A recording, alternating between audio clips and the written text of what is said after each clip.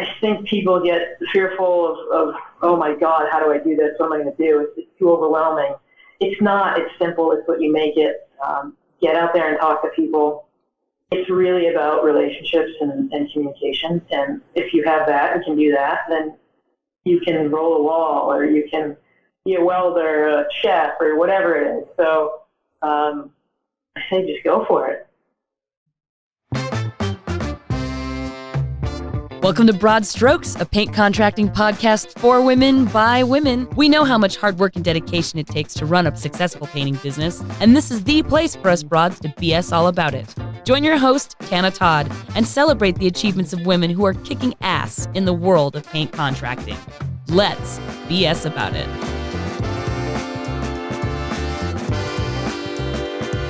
Welcome, everybody out there, to Broad Strokes, a painter's podcast run by women for women. I'm your host, Tana Todd, and I have the pleasure of BSing today with the multi-talented owner of BLC Painting in Salem, Massachusetts. She has been featured on A&E's Flipping Boston, Best of North Shore Home, Best of House, and American Painting Contractor magazine, as well as won a holy crap ton of awards for her humanitarian efforts and for generally being one of the baddest women of the brush in the business. So let's kick off today's show with a 5W report from our guest, Brooke. Welcome. Hey there. That was quite an intro. I don't know what else to say. Jeez. You did your homework. I did. I'm studious on the occasion. Thank you. I'm psyched to be here. My name is Brooke Cambridge. I'm from BLC Painting. We are out of Salem, Mass. We focus on interior, exterior painting. And why? Well, because we're awesome and we want to continue to be awesome. So. Heck yeah. Yeah. Sweet. So what year did you start business over there in Massachusetts? So I started 15 years ago. Yeah. I've been in the trades for 20, and I started my business, obviously, 5 years after, and decided to go out on my own. So we've been in business 15 years. Heck yeah. Congratulations. Thank you. Do we get a coin for that? We got to get coins for this. Like 15 years. Right? 15, 20. Right. Like, hold on a second. This isn't an AA meeting. It's not even noon here. Hello. My name is Brooke, and I'm addicted to paint fumes. Probably not anymore, because you're the boss now. You're right. Right? I try to be. That's good. That's what we call the HBIC. Have you ever heard that term for the boss before? No. HBIC, Hotel Bravo India Charlie. That's head bitch in charge. That'll be our first censor button for the season. I love that. Yeah, my guys use that. Yep. Add that to your little list of pejoratives for women. Yep, nice. But being the HBIC has its perks, and it's really great to be able to put down the brushes and rollers and kind of run the business from the back of house and do all those numbers. How long did it take for you to make that transition from, rolling up those sleeves and, washing dirty overalls to moving to the back of house? A while. I would say 15. So I probably have been out of the field for roughly 10 years. Yeah. Maybe a little less, maybe 8, 9. I don't remember anymore. Once you hit 40, it's just all downhill, right? You don't remember anything. I forget where my keys are. Yeah, I actually had a neck injury. It could have been painting. And I was bedridden for a while and months, and it kind of got me in the motions of kind of, getting more staff out in the field to support our work. And I just kind of, was rolling with it after that, and I started to focus more on the business. What do they say? Work on your business, not in it, right? Yep. So I just kind of went all in with trying to develop more of the business aspect and building that and the clientele and kind of getting us out there. It wasn't my plan, but the plan worked out pretty well. So, yeah. Sometimes we fall on our asses into things, right? And whether somebody pushed us down or we stumbled there on our own, we've got to make the best of a crappy situation. So it sounds like a busted neck turned into a really great business journey for you. Yeah, that's a good thing. Yeah. The business part. Right. Gosh, you were laid up for months in there. That's crazy. So when you got started, did you have any help along the way, or was it just the one woman show, the band director? I did. I had hiring was tough. It still is tough, and I hear that every day in the trades. Thankfully, I had a good friend of mine who came down from Maine and worked by my side. She's an amazing painter. And she kind of helped me big time with getting things going, training guys in the field. She doesn't take any crap, so it was nice to have her out there. Unfortunately, injuries, she's got 2 busted shoulders, so she's no longer in the painting business, but that definitely played a role in kind of helping me get started for sure. That's awesome. Good little shout out to your friend there. Thank you for helping her build something great. Yeah, thank you, T. We miss you. Awesome. We'll make sure we send a link to her and that she gets this and gets to hear that little praise, a little sparkle of praise. That's awesome. So, one of the themes of Broad Strokes here is telling the story of the painting life from a woman's perspective, right? Having injury, that's one thing that happens to everybody. But a question I like to ask is, how have you perceived gender to have possibly affected your business and your entrepreneurial journey? Well, and I think it definitely has. Obviously being female in a male-dominated industry is quite different. And when I started out, I didn't really think much about it. I just kind of went with it. And I think in some aspects, I've had much more praise than the negativity, which I'm grateful for. But there was those, few chicks don't know what they're doing. They don't know how to paint. They don't know how to hammer a nail. And you just show them, and they watch you, and they listen to you, and they're like, shit. Mm-hmm. So I think that was kind of the best way to go about it. And, it's been a good thing too with clientele. Just communication and getting a lot of feedback on, hey, it's great to have, women in the trades. And, we can kind of talk about things, and I don't feel like you're talking down to me. And not saying that every guy is like that, but I've heard some of those stories, and that's unfortunate. But I think there have been a lot of instances where clients have said, hey, I want to hire a chick on this job. So that's been nice to hear, nice to have. Hell yeah. It's amazing. Yeah. Put up or shut up. That's kind of the theme I've come to find in my experience as well, running into that friction in culture and in society where people just kind of cast that shadow of doubt of you. And it can be as subtle as, the inflection of the voice that's just a little condescending and a little doubtful there. And it hits and it's like a little needle right in the back of the head. Like, really? Did you have to, you know what? Instead of getting pissed off about it, I'm going to use that little moment of being slightly offended and then turn that into just showing up with the best A game that we've got, right? Yeah. Yeah, right. Proof's in the pudding, in the rollout. Yeah. For sure. So true. Nothing shuts up the haters quite like a quality product, I tell you. That's for sure. Right. That'll do it. Yep. Exceeding expectations does tend to be the burden of the woman in whatever field that you're in. You kind of the joke being, you got to work twice as hard for half the recognition. Right. And I don't think anybody does this for the applause. Although it's nice to hear on the occasion.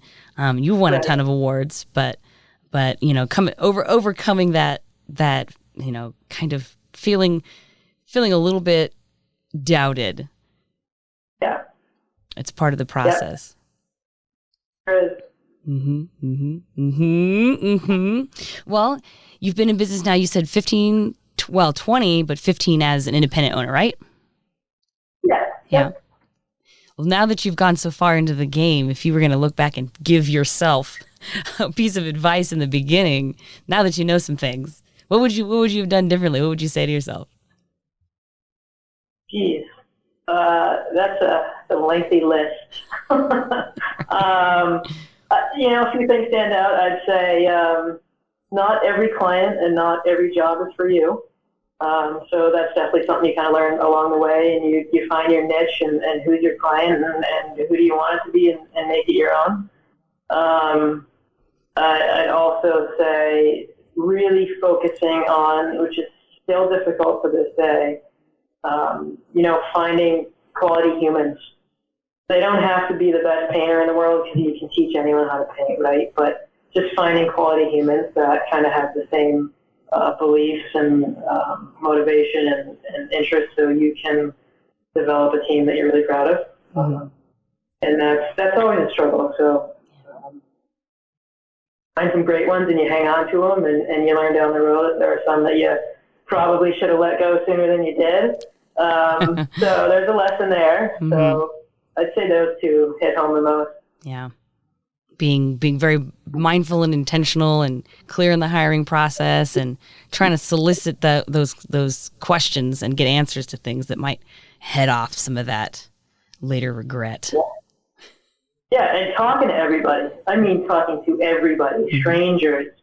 I used to go into coffee shops and I'd see a couple of guys sitting at a table, and I'd walk over and say, "Hey, who are you? What are your names? Check me out. Here's my card. Give me a call."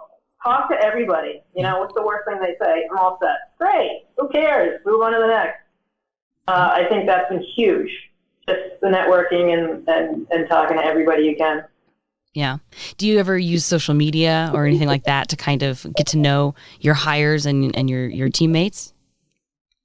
Oh, for sure. Yeah. I don't think they're happy about that, but yeah. That's definitely helpful for sure. So we do a little of that, but it's good to, have them, nice meet, greet in person, kind of hang out with them for a bit and get the feel. Right. Yeah. Well, in my life and experience and the sage advice of others is people don't quit or leave jobs, because like you said, you can train anybody to paint. You can train anybody to do just about anything, but they quit bosses or they quit teams. Yeah. They quit people. So it's really that's the fabric that keeps us all together, though, is whether or not, how tightly woven is the mesh of those people, and right. Do you mesh or not? And I'm sure that not meshing well with an employer or two has had some deleterious effects. Yeah, for sure. Losing a good one or losing one that wasn't a good fit, that kind of thing. So it's good to get feedback, it's good to have the communication, and I think that's definitely played a role in kind of making us better. Good. Yeah. And you always hope when somebody leaves too that they don't, leave on terrible terms. We do the best we can, but can't help everyone, right? Right. Yep. For sure. Amazing. So, along those lines of advice and things to remember when you're first starting out, there are people, women especially, considering different types of work post-COVID. So many people lost their jobs, and we're starting to find out what essential jobs look like. So if there's a woman out there that's looking to start her painting business, outside of making very astute hiring decisions, what kind of advice would you give them? What's the domino, the first kick of the domino? I would say, what are you waiting for? Just do it. Just do it. Bite the bullet and get it done. Mm-hmm. It was so much easier than I had ever thought it would be. I mean, don't get me wrong. There was an exceptional amount of work that, needed to get done and that I needed to put in to get to the level we are today and continue to do if I want to continue to grow, right? But I think people get fearful of, oh my God, how do I do this? What am I going to do? It's too overwhelming. It's not. It's simple. It's what you make it. Get out there and talk to people. It's really about relationships and communication. And if you have that and can do that, then you can roll a wall, or you can be a welder, a chef, or whatever it is. So I say just go for it. Like Nike said, just do it. Just do it. Just do it. Yes. Yes. Awesome. That's it. right? You just got to take the plunge, you know? Another cliche thing that folks say is you miss 100% of the shots you don't take. Yeah. Right? But there's so many of those. I have a bunch of those quotes on my fancy dry erase wall in my office. Oh, very good. You've got a dry erase dream board in there? Yeah. A bunch of quotes up there, and I think it's time to swap them out. They're getting old, but all those famous quotes, just read some books of quotes and go start a business. Right. Get pumped. Psych yourself up. Mm-hmm. Yep. When I teach, so those of you who haven't tuned in thus far, one of my other side jobs is motorcycle instructing here in Denver. Yeah. And we break through lots and lots of barriers out on the range there when people are learning new skills, right? And, oh gosh, I'm like thinking about my job and I just got completely lost in thought. Shoot, gosh, yeah, I really lost that. You'll have to forgive me there. Oh, come on. Motorcycle riding and teaching. Come on, that was exciting. It is exciting. Oh, I'm sorry. I get so lost visually into my storytelling that I have to come back to reality. But we were just talking about taking the plunge and just diving in head first, right? And there we go. Now we're back on track here. Woo! Good thing we've got editors for this. So we get out on the motorcycle range, and every once in a while you get somebody there that really isn't ready. Like they because in their mind they've got this block saying, you know, what if this happens? What if I crash? Or what if I can't? Or, what if I fail in front of everybody else and all of my peers see me? Like how can I survive this embarrassment, this seemingly insurmountable task, right? And it's men and women alike. I've met lots of different diverse types of people, and the fear is it permeates everybody's psyche. And when you just get them out there, make them straddle that bike, turn it on, and ease out the clutch, it's like it just clicks. The wheels come in motion, say, I have control, I can do this.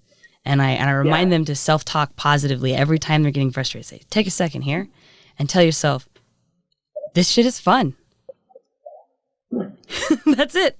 I can do this. I love that. Yeah. That's great. Mm-hmm. We get to the test part, and a part of my job, I'm not allowed to coach them or be nice to them when it's time to write notes and put red yeses or no's. So I see them get tense and their shoulders get real tight up over their ears. And I just say, everybody take 3 seconds and remind yourself, repeat after me, this shit is fun. And they do it. Mm-hmm. I can do this. Back to that loving place. Mm-hmm. Yep. Totally. Yep. So anyway, thanks for taking that quick segue tour around to motorcycle land with me. But diving in head first is something that seems really risky. And taking risks is pretty much the spice of life. You never know until you try. True story. Right? Oh, yeah. Cool. So we've taken a great walk down memory lane, and now I want to know, what's next for you? What's on the horizon? You've done a great job of building your business. You're the HBIC, but you're hungry for something else. Yeah. I guess it's that entrepreneurial itch they talk about, right? Yeah. I'm definitely grateful for what I have and what I've done up until now, and that, I'd like to continue to move forward and grow. But I'd love to take on another venture as well. And I'm not sure what that is. I've thought about some different options. But who knows? Mm-hmm. I love the fitness industry. And that's, maybe an option there. I'm not sure what it is exactly, but maybe some retiring out on the beach in California. Can't go wrong there, right? Right. And I got these 2 pups here surrounding my legs, totally out cold, or I have them up here with it. Maybe I'll get Kona up here. Kona, you want to say hi? Nope, she's out. She's like tired. A 2-year-old yellow lab and an 11-year-old yellow lab, and they're snoozing, man. Yep. Sorry, ADD. It's fine. No, you're good. That's good. Dogs are incredible. They're the best. And we'll make sure we feature this too. You guys will be able to check this out on our social media. But Brooke's logo features a lab with a paintbrush in its mouth. The dog love is very strong here, and it's represented in her brand, and it's very sweet. Yeah. Yes. Kona, come on. Come say hi. Come up here. Who's this? Come say hi. You want a cookie? Kona dog. You say cookie, and she's like, oh, I'm awake now. Yeah. Come on up. Come say hi. Come. Oh, you're on the wrong side, dude. Over here.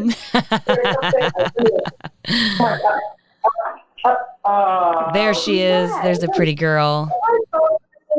100% food motivated. Oh, yeah, big time. Yeah. I love it. Retiring on the beach. Yeah. Have you ever thought about, doing things to kind of help build new painters up, or do any kind of mentorship? I know you do lots of humanitarian work and you've helped lots of people that way, but as far as intra-industry work goes, have you thought about that? I have not thought about that. Yeah, we've definitely done more of, group activities when it comes to those types of things, which I've enjoyed. I definitely feel that I have,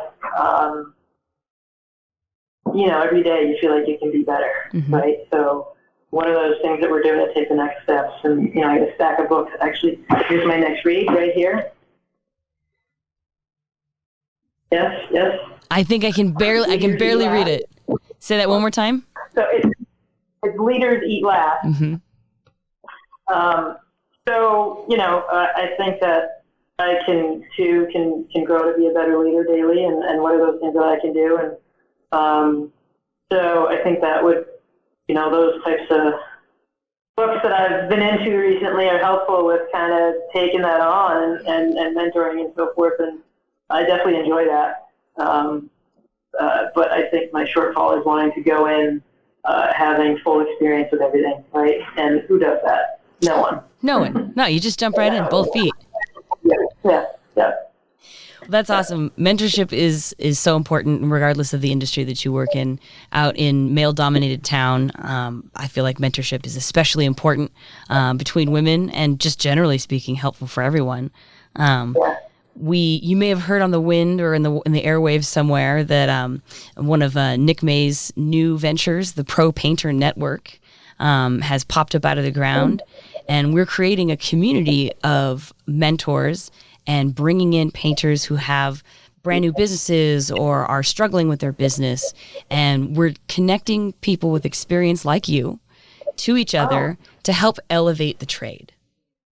Oh, that's great. Yeah, it's pretty exciting. It's really exciting, actually. And I'll make sure that we drop some links in the description and bio when we share this to social media, and I'll hook you up with some information as well via email when we close this chat. But we are looking for mentors to participate and become part of a Caliber. Oh, that's great. Yeah. We've got this great program called Caliber 10, and we're building industry thought leaders and experienced owners like yourself to work together with other newer painters or less experienced painters on a sort of accountability and mutual education system. It's very exciting. I love it. Awesome. I think that's fabulous, but I think that there's definitely some aspect of that the mentors, can learn from the newbies. Absolutely. So it's kind of a two-way street. Mm-hmm. Yeah, learning the infinite loop of two-way street. I totally agree. Yeah. So, awesome. So Brooke's going to be part of that amazing new Pro Painter Network. I'm pretty excited. I think that there's tons of people, especially women, that could really benefit from you and your experiences out there. Fabulous. Yeah. Cool. All right. Well, let's see here. Other than all of your amazing awards and everything you've ever done, I'd like to close with a little bit more about you as an individual, because, we're all just people who put our painter's pants on one leg at a time. Or if you're the boss, you put on your cool office slacks. Right. That'll be the day right there. Yeah. Oh, my gosh. But I had mentioned in my introduction about how incredibly talented you are, and obviously it's clear. Your pedigree is on your website. It's now on the airwaves for forever. But some other things that you've done in your life that are pretty exciting too. So something about the Olympics, or now what?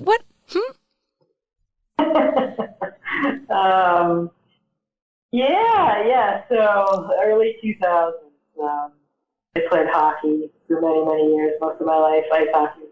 And in my early 20s, I tried out for the women's national team, which is a team that plays in the Olympics.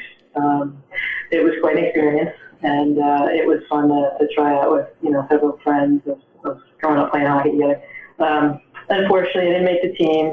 It was a small cut. I think they had maybe close to 700 try out, and they might have been looking for 5 or 6.